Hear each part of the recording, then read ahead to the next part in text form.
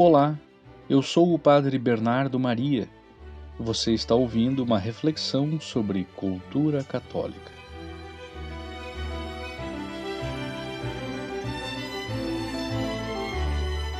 Hoje, dia 4 de setembro de 2022, o assunto é Bendita Solidão. É relativamente conhecida a frase latina Beata solitudo sola beatitudo, que em tradução livre significa bendita solidão, única felicidade. Essa frase é usada para enfatizar que, somente separando-se do mundo e dos outros, é possível encontrar o prazer da tranquilidade da alma.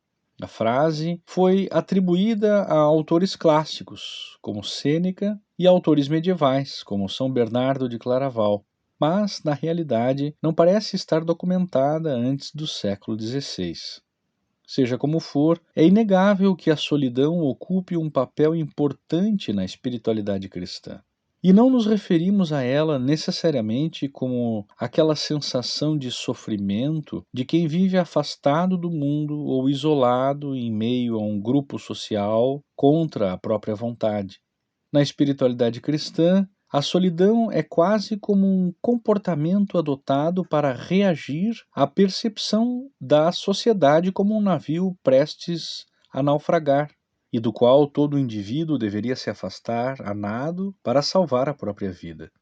É a sensação de que, para cumprir a exigência do primeiro mandamento, amar a Deus sobre todas as coisas, é preciso renunciar à sociedade daqueles que não se preocupam em obedecer a Deus. O monaquismo cristão, por exemplo, já desde suas origens, refletiu a tensão entre fé cristã e mundo. Um exemplo típico dessa tensão, que é mesmo anterior ao monaquismo, pode ser encontrado no Evangelho de João, onde continuamente dois conceitos de mundo se entrecruzam. Um positivo, Deus amou tanto o mundo que entregou o seu Filho único, e outro negativo, não rogo pelo mundo, ou o mundo os odiou porque não são do mundo, como eu não sou do mundo.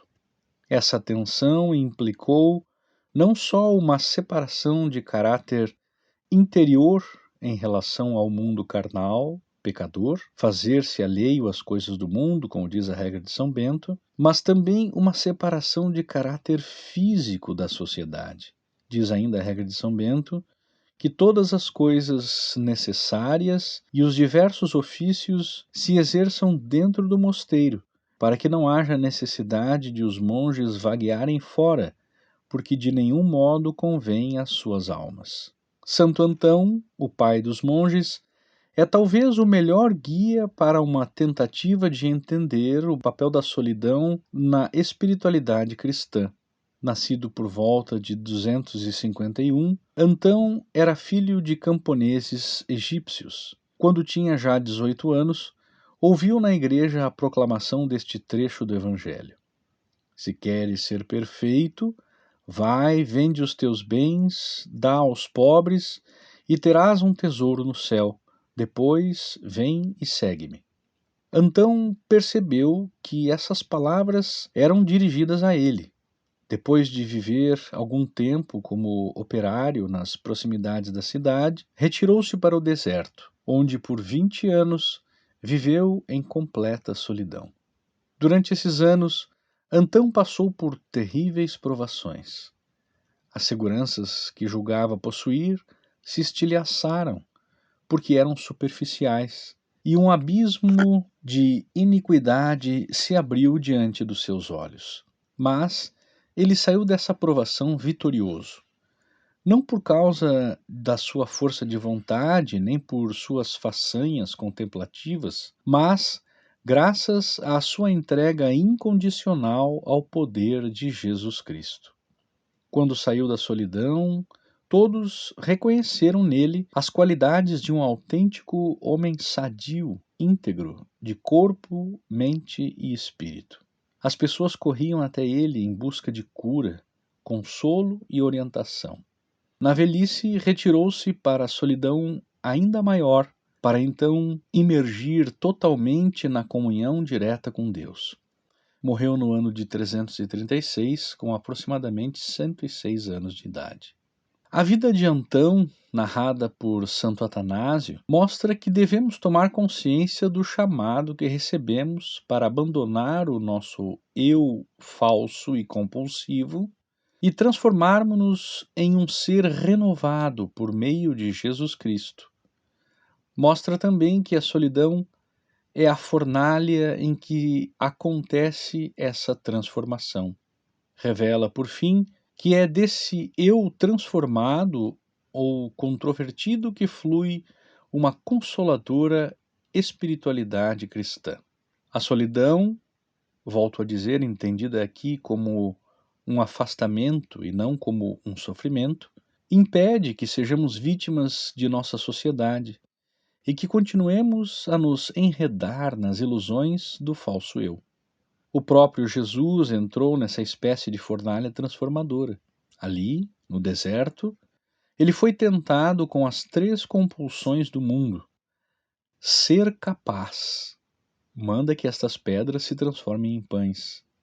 Ser espetacular, atira-te para baixo. E ser poderoso, tudo isto te darei.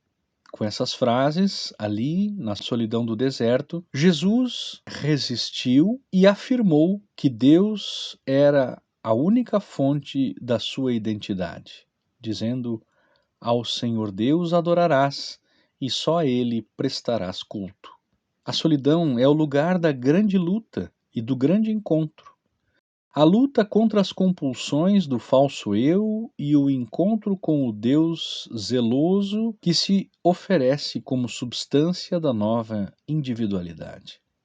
Isso tudo talvez soe um pouco amedrontador, mas depois que retirarmos a atenção de fantasias que só servem para colocar medo e deixarmos que se afastem, veremos que lidar com o afastamento do mundo, ainda que seja por alguns instantes durante o dia, é como estar em um lugar santo, onde o nosso coração e o de Deus se abraçam. É a esse lugar que os monges católicos chamam solidão, mas deve-se ter o cuidado de não confundir essa solidão com simples privacidade, o que a tornaria uma propriedade espiritual pela qual competimos no, entre aspas, livre mercado dos bens espirituais. Essa não é a solidão de João Batista, nem de Antão, nem de Bento. Para eles, a solidão não é um lugar terapêutico particular. É, isso sim, o lugar de conversão, onde o velho eu morre e o novo eu nasce. O lugar onde ocorre o surgimento do novo ser humano transformado pela graça de Cristo. Caríssimos ouvintes, obrigado por terem me escutado. Demos glória ao Pai, ao Filho e ao Espírito Santo, como era no princípio, agora e sempre. Amém. Deus abençoe vocês e salve Maria.